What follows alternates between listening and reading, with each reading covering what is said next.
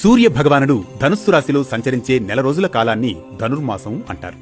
నేటి నుంచే ఈ ధనుర్మాసం ప్రారంభమైంది. అంటే శ్రీ మహావిష్ణువుకు అత్యంత ప్రీతికరమైన మాసం. గోదాదేవి విష్ణు వ్రతం చేపట్టి స్వామిని కీర్తించింది ఈ ధనుర్మాసంలోనే. ధనుర్మాసం అంటే దివ్య ప్రార్థనకు అనువైన మాసమని అర్థం.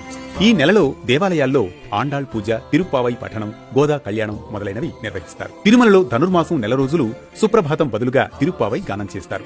సాక్షాత్తు భూదేవి అవతారమైన ఆండాళ్ రచించిన దివ్య ప్రబంధమే తిరుప్పావై. ద్రవిడ భాషలో తిరు అనగా పవిత్రం, పావై అనగా వ్రతం అని అర్థం. వేదాలు, ఉపనిషత్తుల సారమే తిరుప్పావై అని హిందూ పురాణాల్లో పేర్కొన్నారు. ధనుర్మాసంలో ఉదయం, సాయంత్రం దీపారాధన చేయడం వల్ల లక్ష్మీదేవి అనుగ్రహం లభిస్తుంది. ఈ నెలలో ప్రతిరోజు బ్రహ్మముహూర్తంలో పారాయణం చేసిన వారు దైవానుగ్రహానికి పాత్రులవుతారని ప్రతీతి. ధనుర్మాసంలో విష్ణువును మధుసూదనుడు అనే పేరుతో పూజించి మొదటి 15 రోజులు చక్కెర పొంగలి లేదా పులగం నైవేద్యంగా సమర్పించాలి. తరువాత 15 రోజులు దధ్యోదనం అర్పించాలి. ధనుర్మాసంలో స్నాన, దాన, హోమ, వ్రత పూజలు చేయడం చాలా మంచిది.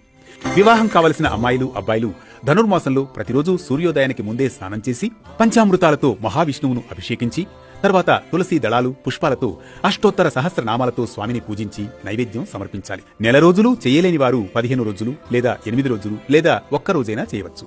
ఇలా చేయడం వలన కళ్యాణ ప్రాప్తి కలుగుతుంది. ధనుర్మాసం అంటే భగవంతుడికి మనల్ని దగ్గర చేసే సమయం. ఈ మాసంలో ఎంత ఎక్కువ భగవన్నామ స్మరణ చేస్తే అంత త్వరగా ఆయన హృదయంలో మనకు చోటు దొరుకుతుంది. ఈ సమయంలో దేవతలు, ఋషులు, పితృదేవతలు భూమి మీదకు దిగి వస్తారని నమ్మకం.